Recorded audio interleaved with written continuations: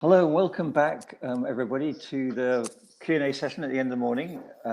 It's Ritchie back here from Nourish, Scotland. We've got three people on the panel. You can see Hannelore from Gent, who spoke earlier, Toby Anstruther from Bowhouse Estate, from Green at Kirkcaldy. We've got a whole pile of questions coming through.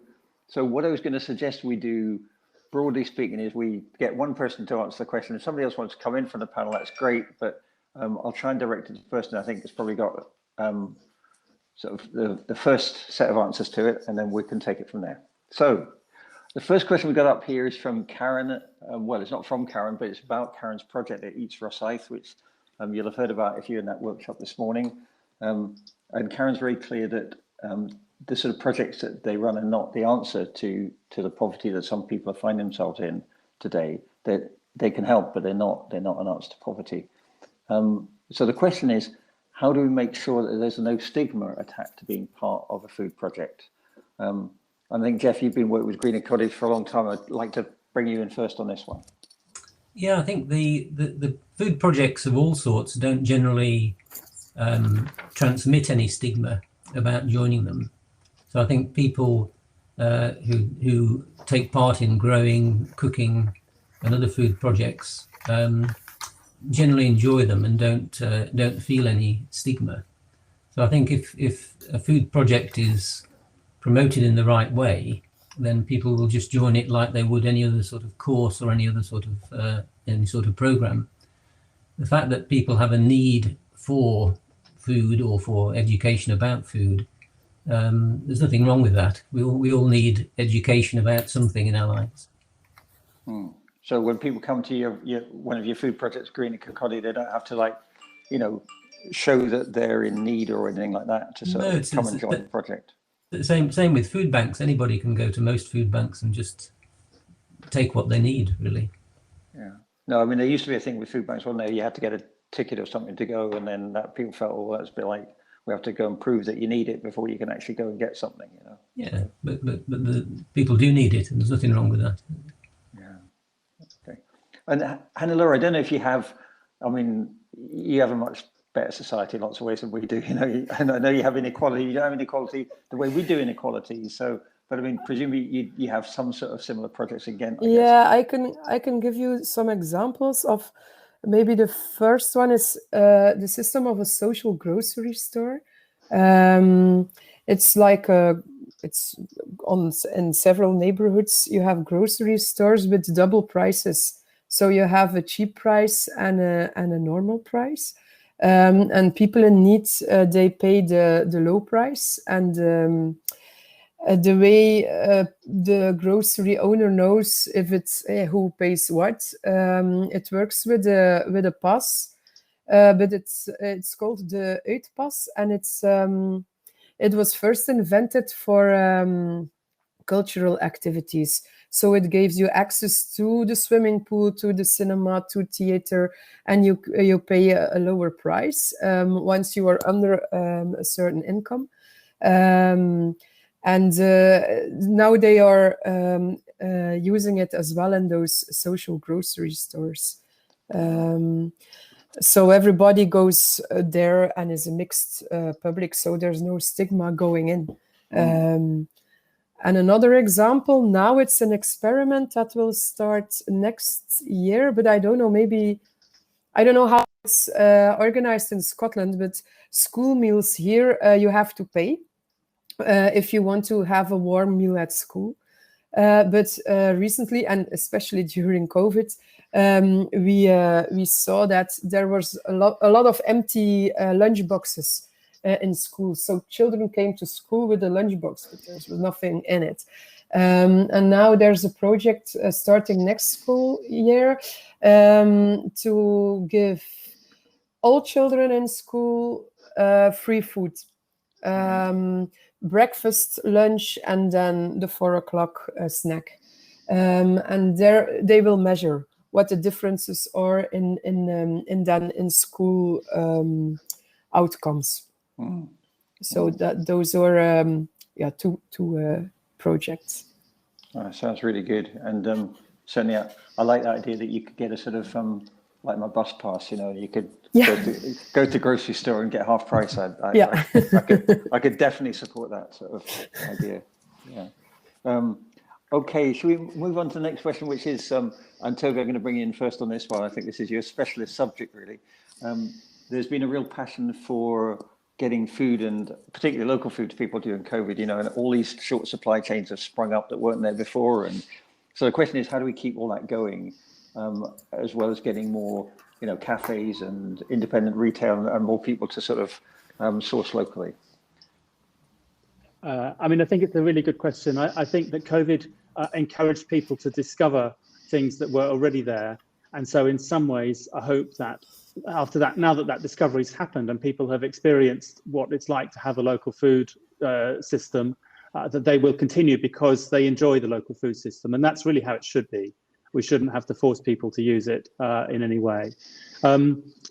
But I do think that there is probably certainly more to do, certainly at a bigger scale, to encourage some of the other users, whether that's schools or others, to use more local supply chains. And that probably has to be partly by recognizing some of the costs of not using a local supply chain. So making it more explicit where there are externalities there that are not they otherwise haven't had to recognize. They might be to do with health and nutrition, but they might also be to do with offshoring jobs or other things. And so I think that I hope that the local supply chain will be recognized for the value that it brings in any case, but that we probably have to work at a structural system to try and make sure that the processing and the regulatory side continues to support it going forward.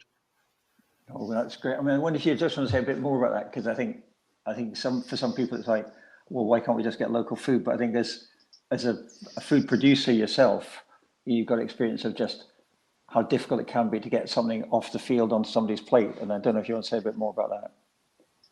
Yeah, I mean, I think if you look, I have a organic mixed farm, so we have livestock as well as crops, and for example, we grow the flour that goes into Scotland, the bread, which I hope many of the people on the course might be customers of. Mm-hmm. But in order to be able to get from grain in the field to flour that you can use, of course, you need to harvest it with a suitable scale machine. You need to clean it with a suitable scale machine, and then you need to mill it at a suitable scale and mill it in such a way that you don't strip out all the nutrients that are there needed. And so that requires a certain amount of infrastructure that is suitable for the scale. And I think our whole farming system has been optimized for a massive scale, which suits some people, but it doesn't necessarily suit us as end users or suit the farmers at either end of the scale. The same sort of thing, I think, with livestock. So local abattoirs have largely disappeared in Scotland. And that means that although you might be able to buy my meat locally, that in order to get there, it's had to travel more or less to Glasgow or to Perth and then come back. And I think we need to make that supply chain much more transparent in order to encourage people to recognize all the steps along the way and to be able to make their choices according to that.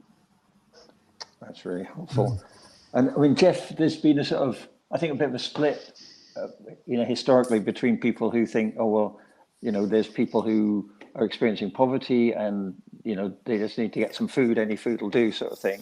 Mm-hmm. And then they sort of, oh, well, we want to buy local food. And it's been a bit of a sort of, two, not different camps in a way, but two different ways of coming at the question. But I mean, from Greencaldy's point of view, I mean, do those join up at all for you? Do you see them as being part of the same question? Well, I think several things. One is that the availability of unhealthy food doesn't mean that healthy, low-cost food isn't available. They're not mutually exclusive. In our own business, in the Cromwell kitchen, we've done some outdoor meals recently for parties who only want local food.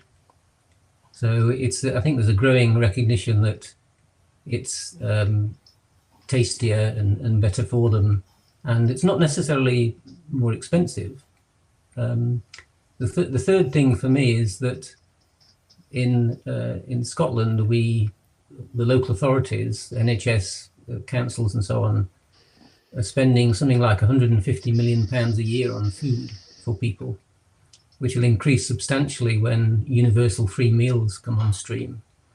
So the whole thing could be given a great push by those authorities only sourcing, maybe progressively over time, to allow the supply chain to keep pace with it, to only sourcing locally, environmentally and economically sustainable food, and then educating people as they go so that they take those lessons out of the school and out of the hospital, and so on. So I think it's all there for the pushing, really, but yeah, bit less consultation, a bit more push, I would say. a bit more push. Sounds good. Yeah. I mean, Hannelore, I think, our sense is you've always had a much stronger sort of local food culture than we do, but is that the case? It's similar. We see the same movement and interest in local produced food. During COVID, it had a boost. The supermarkets were still open, but the farmers' markets could also continue doing their thing. They were outside. It's outdoor shopping, in fact. And they had like a boost of customers and people they didn't saw before of all different layers of society. And now it's the time to try to continue that. When things get back to normal, you see it people going back to the supermarket again. But we had our momentum, I think, to go back to that feeling. We take it as a way to start more a sensibilization campaign for the big audience to buy local produced food. And do you think that sort of sensitization can be done by local authorities too? I mean, does it need national government to do it? Can cities and local government do quite a lot of that, do you think? Yeah, cities and local governments have a great role in that, a big role. You can also facilitate making it easier for those local producers to find a market. The transport problem, the same. You can help make it easier. You can provide food hubs in the city services, in the buildings of city, like neighborhood centers or something. That is what we do. So next to communication campaigns, we make it more accessible. That sounds great. That sounds really interesting. And we've got another question, which is about access to land. It sounds as if from everybody here, there's a good growing demand, and that demand, probably has dipped a little bit since lockdown, but that there's more people have got into this than before. It's not going to go away. But you were talking, Geoff, about trying to keep supply building up. If we're trying to do more local procurement, we need to build the supply up. But there's this sense, I think, from a lot of people that actually getting hold of a piece of land, if you want to do some, if you want to get into farming or you want to get into producing local food, it's still really difficult. What's your sense of that? Well, it's very interesting. There was a report I saw the other day it's on the TV about one of the Southern English councils where most of the farmers were quite elderly and had no immediate heirs to take over. So the local authority, as the farmers retired, they bought the farms and then had a scheme to split the farms up and give relatively short leases to local people who wanted to get into farming. So there was a system of grants, education, availability of sort of medium-sized farms, so that people could so the flow of farm people was maintained. Yeah. So I think if rather than farms being endlessly bought by bigger and bigger corporations, so that everybody ends up with one big farm, I think the government and local authorities can step in and reverse that trend. Yeah, so certainly something local authorities can do. I mean, Toby, I think you've sort of been developing this idea of enterprises at Balcaski. Do you want to say a bit more about that? Yeah, I mean, I think mixed farming, which is really key to sustainable land use, it requires all sorts of enterprises, and every one of those enterprises is an expertise. So ideally, you would bring in or work with a whole series of experts. So I might say on my mob grazing, I might have someone who keeps chickens that follow the cattle 3 days behind. And rather than me trying to learn how to have cattle and chickens, I would really love to have someone who had their own chicken operation who was able to follow me round, so that the ownership of the land is much, much less important than the access to the land. I think we have a real challenge in Scotland, particularly. The rules are slightly different in England, that we have an incredibly inflexible land system. And of course, I understand why, because there've been very strong tensions between owners and occupiers. But that inflexibility makes it very, very difficult to set up new relationships and to encourage new people on and encourage landowners to start to build those relationships and start to rebuild trust between with occupiers. But it's absolutely key to encouraging a change in the food system. So I definitely agree that it's an issue that has to be solved. And I guess much the same in Belgium at Hannelore. There's even more pressures on land where you are, I think. There's a lack of land, especially in Gent, in the region. It's a very urbanized area. Excuse me.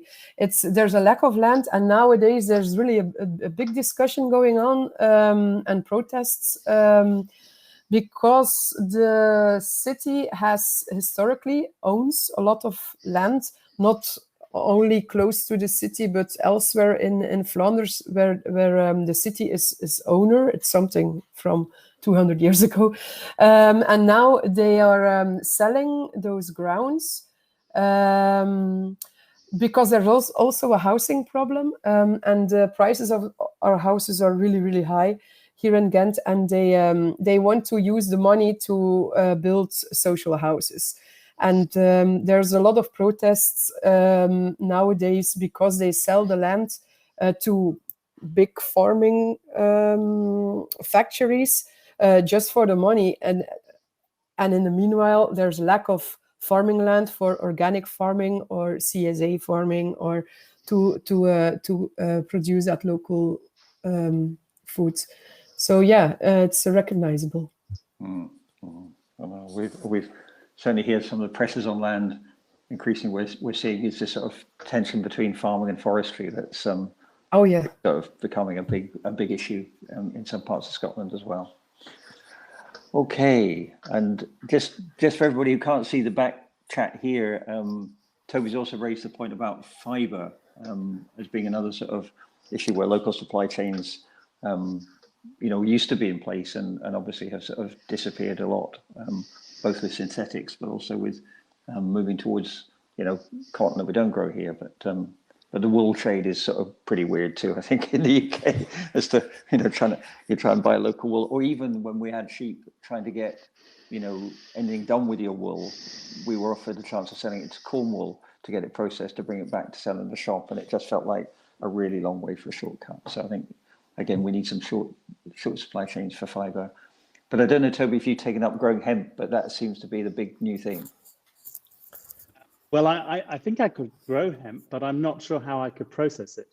It comes back to that whole thing of looking at the whole supply chain along the way. It's quite a difficult thing to process. Obviously, it needs soaking and all sorts of things to go through. There are, of course, old hemp pits just on the farm just north of where I farm. But it's been a very long time since they were used, and I'm not sure that SEPA would allow them to be used anymore now. I reckon they're pretty toxic. Okay, good stuff. We've got about 10 more minutes to go. Let's move on from the food chain, the food system, to food waste. And there's a question about how do you bring food waste down? One suggestion is we should have legally binding targets on, I don't know whether you're thinking they're Alan retailers or manufacturers or even primary producers, but how do you I think the question is how do you use regulation to bring the reduce food waste in the system? Can I bring you in here, Laura, first here, because I know you do interesting work on food waste. Yeah, but this is a really interesting strategy. We don't do it yet. It doesn't exist yet to bind targets, but we do it in our own procurement. Do I say it right? Yeah. So to give again the example of the school meals, we've negotiated in the agreement with the catering service that they, for example, have to make the soup. For the kids, they have to make it with vegetables that are not good enough for the auction. So that is included. So that is a power that you do have as a local government, with quite a budget to spend on those topics. So that is what we do, and now we are doing some processes to go further in the chain. More to the source of the chain and all different actors in the chain to see what can be done to on all steps on the chain to increase the food waste. But no, binding targets from national government for business, it does not exist yet, but it's very interesting to do that. Yeah. Yeah, and it's interesting. It's something I've raised just right at the start of the meeting, was that, you know, certainly in the UK, we've squeezed out a huge amount of the waste from the retail end. So it's something like 0.5% at Tesco now. It's, you know, but to some extent, it's like, you know, the toothpaste in a tube gets displaced to either end. So it gets pushed down to households, but also pushed up to the supply chain, so that, you know, if the supermarket doesn't want a product today that they wanted yesterday, it's not their problem. It's somebody else's problem to get rid of it or to do something with it. Yeah. So, and so there's been movement certainly from Tesco, and I think some of the others to publish supply chain waste targets for their whole supply chain. You know, so all their actors in supply chain to publish their waste levels, so that you can see how the whole supply chain is working rather than just one bit of it. But Geoff, what do you think about this? You know, how do you get businesses to reduce food waste? Well, for me, it's the same sort of question about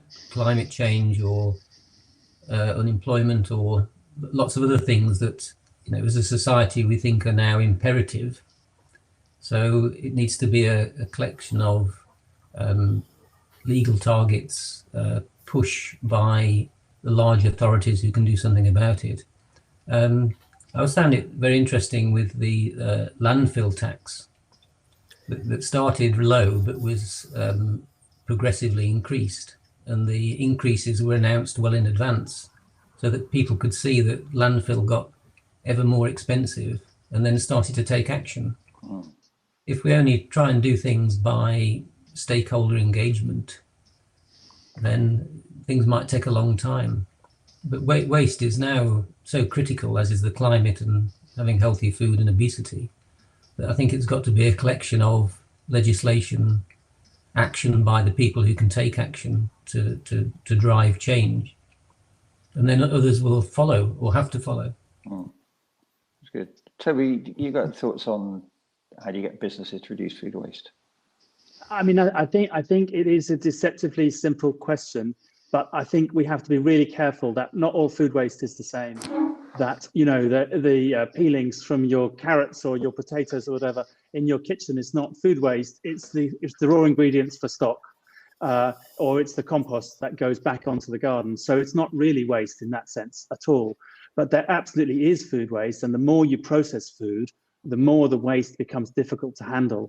So I'm not sure that I would approach it necessarily in terms of binding targets on waste so much as perhaps something like a tax on processing, or something that discourages processing, to encourage people to be able to deal with ingredients as they are, because there really isn't a waste.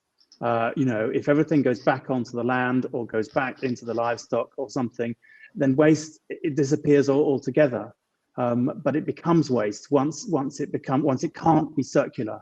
So I think a concentration on the circular economy is really important. And again, certainly there is this difficult thing at the household level. I think Fife, I think all the food waste goes to AD, but I can't remember where the AD plant is now. But but again, it's quite a long way away from people themselves, you know. So whereas the sort of more like if you've got your own garden, you can put it on your own compost heap or something, or if you've got a local composting project, somehow you feel a bit closer to the sort of recycling of those nutrients. But I think we're still a bit like food waste is, you know, the household food waste, we treat it still like it's just another version of rubbish, you know, when actually it's not rubbish at all. It is the nutrients for the next crop. And we're a bit sort of, we don't really see it as a collective effort to get those nutrients back on the land, which we could do. You know, we see it as just, it's another thing to get rid of. Yeah, it's wasted food rather than the waste from food. Mm-hmm. Yeah. Okay, I think we are coming to the end here. Alan's made a really important suggestion here that we sort of ask you, Hannelore, to say a bit more about how to take this forward in Fife, because obviously in Gent you've had I can't remember what you call it, food policy council, but you've been doing food policy, you know, for a very long time, and you've got a lot of experience with that. And it'd be really helpful just to have a sort of summing up for you about what the, you know, 2 or 3 things you think Fife should make sure they do or don't do, you know, to sort of move this thing forward.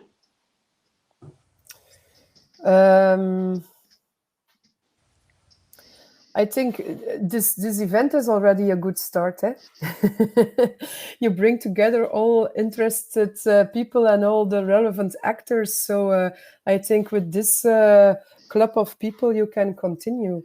And I saw a question here of Alan to ask how we do it and coordinate all different initiatives or the networking thing. We are, as a government, we take a very strong role in communicating. So, yeah, we are the luxury position. We have 3 full-time policy members only working on that food strategy. So that's the only city in Belgium. You know, even Brussels doesn't invest that much in their staff members on that topic, but and next to that we have a communication team as well. So we are constantly communicating. We do it online, offline, but we also do it in networking. So the 3 of us are all the full-time connecting people with each other. And they find us. We are very low. We are very accessible. We go a lot. We don't stay at our office, unfortunately. COVID made us too, but we go everywhere. We talk to people. We bring people together, and that's how we do the stakeholder management. In fact, yeah. Is that a question? An answer? I think it's really helpful to hear that. Okay. Your council's making, your city's making that sort of investment in it, and the communications thing's really crucial to sort of keep people aware of what's going on. I don't know, Toby, if you've got any thoughts on this, and then I'm going to ask the last question to Geoff, but just, you know, it's... I think Hannelore, in a way, has set it out really clearly that this is not only a matter of regulation and policy, but also a matter of cultural change. And that cultural change is something we need to bring about every day in very small, subtle ways. We just need to continue to change that and let that filter out into policy through there. It's a very difficult thing to do, but I think we have to be alive to the idea of cultural change so that we can look out for it and encourage it. Thank you. Thanks, Toby. And finally, Geoff, I'm going to come to you and give you the sort of, you know, closing remarks, if you like, because I think very much Green Kirkcaldy been behind making this happen today. So, so what do you want to say about going? Well, I think the key words there, Alan, Pete, were making it happen. And just following on from what Toby said, I think the organisations, community organisations like Green Kirkcaldy can take the people's, those cultural changes and promote them, but they need resources to do it.